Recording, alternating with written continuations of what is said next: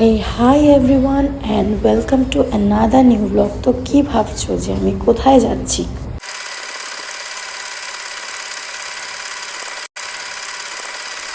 তো চলিয়ে শুরু করতে हैं। জায়গাটা দেখে তো চিনতেই পারছো, এটা হলো আমাদের হ্যামিল্টনগঞ্জের রেল স্টেশন। তো আজকের আমাদের জার্নি হতে যাচ্ছে খুবই স্পেশাল, কারণ আমাদের সমৃদ্ধ বোসের এটা লাইফের ফার্স্ট ট্রেন জার্নি। এই ব্লগটা করার আমার রিজন হচ্ছে যাতে সমৃদ্ধ বড় হয়ে দেখতে পারে যে ওর প্রথম ট্রেন জার্নিটা কেমন ছিল, আর তোমাদের সাথে একটু ভাগ করে নেওয়া সমৃদ্ধর প্রথম জার্নিটা। এই তো ট্রেন চলেও এসছে আর আমরা ট্রেনে উঠে পড়লাম সবাই মিলে বলতে তোমাদের বলছি যে কারা কারা গিয়েছি। সমৃদ্ধ এখন বসে আছে সমৃদ্ধর পিপির কোলে। এটা হলো বুইদি, আমার ননাস। তো বুইদিকে তোমরা আগেও আমার অনেক ব্লগেই দেখেছো।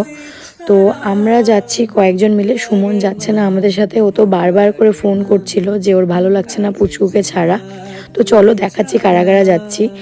এখানে রয়েছে সৃজা, রয়েছে আদি, আর হলো বুইদি। তো আমরা যাচ্ছি হচ্ছে 4 জন, আর পুচকুকে নিয়ে হলো হচ্ছে 5 জন। আমি, সৃজা, আদি, বুইদি আর হচ্ছে পুচকু। তো পুচকু এখন বসে আছে আমার কোলে আর ওর জার্নিটা এনজয় করছে। আর যখন ট্রেনে একের পর এক লোকজন যাতায়াত করছে, যাওয়া আসা দেখে ও খালি তাকিয়ে থেকে সবাইকে দেখছে। আর আশেপাশে যারা প্যাসেঞ্জার্স বসেছিল তাদেরকেও ও দেখছে। তারপর দেখো আমি যেই ভিডিও করা স্টার্ট করেছি একটুখানি এখানে পোজ দিয়ে নিল। সেদিন ওয়েদারটা একটু সকালের দিকে ঠান্ডা ঠান্ডা ছিল। তো দেখো কি সুন্দর লাগছে, মানে জাস্ট রোদটা ওঠা শুরু হয়েছে তখন, আর মিষ্টি একটা আবহাওয়া। সকাল দিকটাতে ঠান্ডা ঠান্ডা ছিল, তারপর আস্তে আস্তে আর কি যে গরম পড়েছে। কারণ এটা হচ্ছে গরমকালের ব্লগ, আর আমি এখন যখন তোমাদের সাথে শেয়ার করছি সেটা হলো শীতকালও এখন শেষের দিকে চলে এসছে প্রায়, কিন্তু ব্লগটা দিতে আমার অনেকটাই দেরি হয়ে গেছে। তো যেহেতু সময় করে উঠতে পারিনি, তাই আস্তে আস্তে সব কিছুই তোমাদের সাথে শেয়ার করব। আমাকে একটু সময় দিও তোমরা। তো এই যে সমৃদ্ধ বাবু আমার কোলে বসে রয়েছে, ওকে মোটা জামা পরিয়ে নিয়ে এসেছিলাম, কিন্তু আস্তে আস্তে যেহেতু গরম লাগছে তাই জন্য ওর মোটা জামাটা খুলে দিয়েছি। আর এখনও হাফ জামার হাফ প্যান্ট পরে আছে। তো ওর একটু ঘুম পেয়ে গেছে, যেহেতু সকালবেলা ঘুম থেকে ওকে উঠিয়ে নিয়ে এসেছিলাম। ওকে ওঠাতে চাইনি, কিন্তু যখন আমরা বেরোচ্ছি তখন ওনার ঘুম ভেঙে গেছে। ভাবছে মা আমাকে কোথায় নিয়ে যাচ্ছে, আর কোথাও ঘুরতে গেলে তো আনন্দের শেষ নেই। ও তখনও বুঝতে পারেনি যে মা আমাকে কোথায় নিয়ে যাচ্ছে। তো বেশ উনি খুব খুশি, আর স্টেশনে এত সবাইকে দেখতে পেরেছিল। আচ্ছা, সমৃদ্ধর যে জামার পেছনে একটা স্টিকার আছে, ওই স্টিকারটা কিসের বলো তো? তোমরা কমেন্ট করে জানিও দেখি। তো তোমরা কি গেস করো? যাদের ছোট বাচ্চা আছে তারা তো সবাই জানো যে জিনিসটা কি, আর যারা জানো না দেখি তোমরা গেস করো। সবার গেসটাই আমি দেখতে চাই যে সমৃদ্ধ জামার পিছনে যে স্টিকারটা ছিল সেটা কিসের স্টিকার। আমি যখনই ট্রেনে জার্নি করি তখন আমার সবচেয়ে প্রিয় জায়গা হয়ে হচ্ছে জানালার পাশে। তো সেদিনও আমি জানালার পাশেই বসেছিলাম। প্রথমে আগে মাঝে বসেছিলাম, তারপরে আমি বললাম একটু আমি জানালার সাইডে বসবো, বসে একটু দেখবো, আমার খুব ভালো লাগে দেখতে। তো আমি কিছুতেই নিজেকে আটকাতে পারি না ভিডিও করার থেকে, কারণ এত সুন্দর লাগছিল তখন দেখতে। পাহাড়টা দেখা যাচ্ছিল কি সুন্দর। আর দেখো সকালে যেহেতু বৃষ্টি হয়েছিল তাই একদম চারিদিকটা সুন্দর সবুজ হয়ে আছে। সবাই একসাথে জার্নি করলে মানে জার্নিটা খুব আনন্দের হয়ে যায়। তো আমরাও যেহেতু সবাই একসাথে গল্প করতে করতে এসেছি, তো জার্নিটা সেরকম বোরিং ফিল হয়নি, খুব ভালোই লেগেছে। আর বেশিরভাগ বাচ্চা পার্টি ছিল আমাদের সাথে, তো বেশ ভালোই লেগেছে। জার্নিটা বেশ মজাদারই ছিল, আমাদের সবারই এক্সপিরিয়েন্স খুবই ভালো। তার সাথে আমি আমার পুচকুরার এক্সপিরিয়েন্স তো চাচ্ছিলাম যাতে ক্যাপচার করে রাখতে পারি যে ওর কীরকম লাগছে, ওর কীরকম এক্সপিরিয়েন্স। যার জন্য আমি একটু পরপর ক্যামেরাটা নিয়ে ওনার মুখের সামনে হাজির করি, আর বেচারা বিরক্ত হয়ে যায়, মা কি শুধু একটু পরপর ক্যামেরাটা আমার মুখের সামনে নিয়ে আসে। তো মা যেহেতু, মাকে তো কিছু বলা যাবে না, তাই বেচারা একটু মাকে সহ্য করে নিচ্ছে।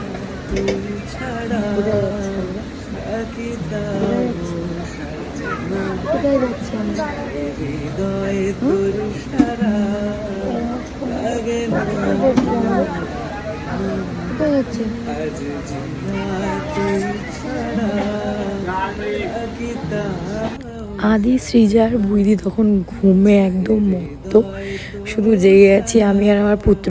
তার মাঝে আমার পুত্ররও একচোট ঘুম দেওয়া হয়ে গিয়েছিল। আমি শুধু ঘুমাইনি, সবাইকে পাহারা দিচ্ছিলাম জেগে জেগে বসে। তো সবাই ঘুমাচ্ছে এখন, আমি আর আমার পুত্র শুধু জেগে আছি। আবার ক্যামেরাটা নিয়ে এসেছি ওর সামনে, আর ও দেখছে। আবার আবার একটু আমার চুড়িদারটা ধরে ধরে আবার টানছে, একটু দেখছে আশেপাশে সব কিছু, আবার আমার চুড়িদারের সাথে খেলছে। দেখে তো মনে হচ্ছে ওর ফার্স্ট জার্নিটা ভালোই এনজয় করছে।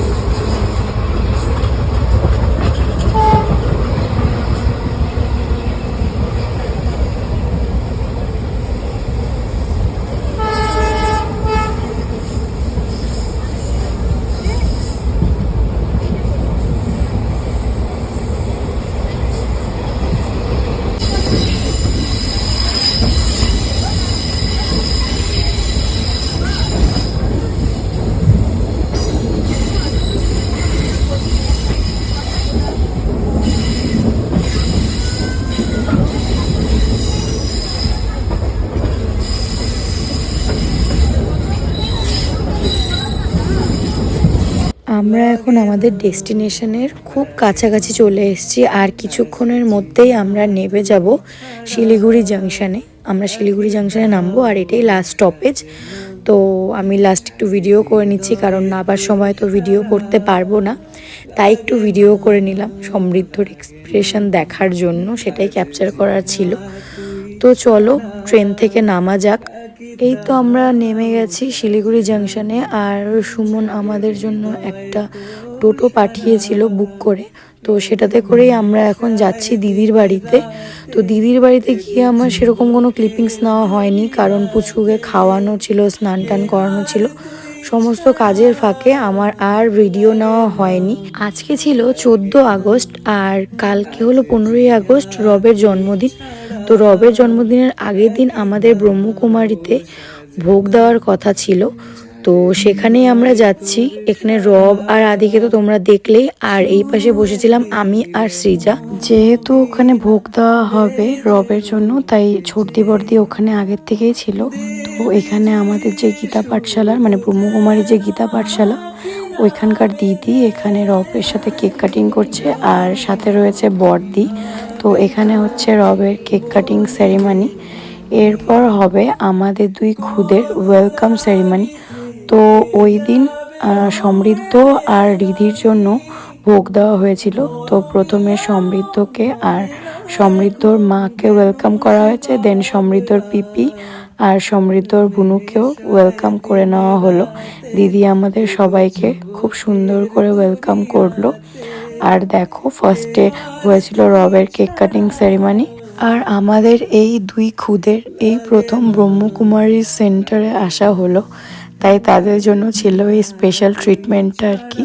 তো তাদের দুজনের জন্যও ছিল দুখানা বরদান। তো দিদি এখানে আমাদের অমৃত দিয়ে দিল, তো আমাকে আর সমৃদ্ধকেও দিয়েছিল, আর ছোট দিয়ে আর রিধিকেও দিয়েছিল। তো আমরা একটু করে সমৃদ্ধর মুখে আর রিধির মুখেও অমৃত দিয়ে দিয়েছিলাম, কারণ তোমরা সবাই জানো অমৃত কেন দেওয়া হয়, এটা আমাদের শিব বাবার আশীর্বাদ তাদের বাচ্চাদের জন্য। দিদি আমাদেরকে এখন রাখি পরিয়ে নিচ্ছে, আমার আর সমৃদ্ধর রাখি পরা হয়ে গিয়েছে। দিদি এখন রিধিকে আর ছোটদিকে রাখি বেঁধে নিচ্ছে। এখন দিদি আমাদেরকে দিবে বরদান। তো সমৃদ্ধ তো এখন খুবই ছোট, তো সমৃদ্ধ তো বরদানটা নিতে পারবে না, তাই সমৃদ্ধর হয়ে দিদির থেকে আমি বরদান নিচ্ছিলাম। সমৃদ্ধর বরদান না হয়ে গেলে এখন আসবে রিধির টার্ন, আর রিধির জন্য নিয়ে নেবে রিধির মাম্মি। শিলিগুড়ির ব্রহ্মকুমারীর এই গীতা পাঠশালার সমস্ত দিদিরা মিলে আমাদের এই খুদেদের জন্য খুব সুন্দর উপহার দিয়েছিলেন। তো উপহারগুলো ভীষণ সুন্দর ছিল, তোমরা এখানে দেখতেই পাচ্ছ। তো এই ব্লগটার আরেকটা পার্ট তোমাদের সাথে খুব তাড়াতাড়ি আমি শেয়ার করব। তো তোমাদের সাথে দেখা হচ্ছে খুব তাড়াতাড়ি। সবাই ভালো থেকো, সুস্থ থেকো, টাটা।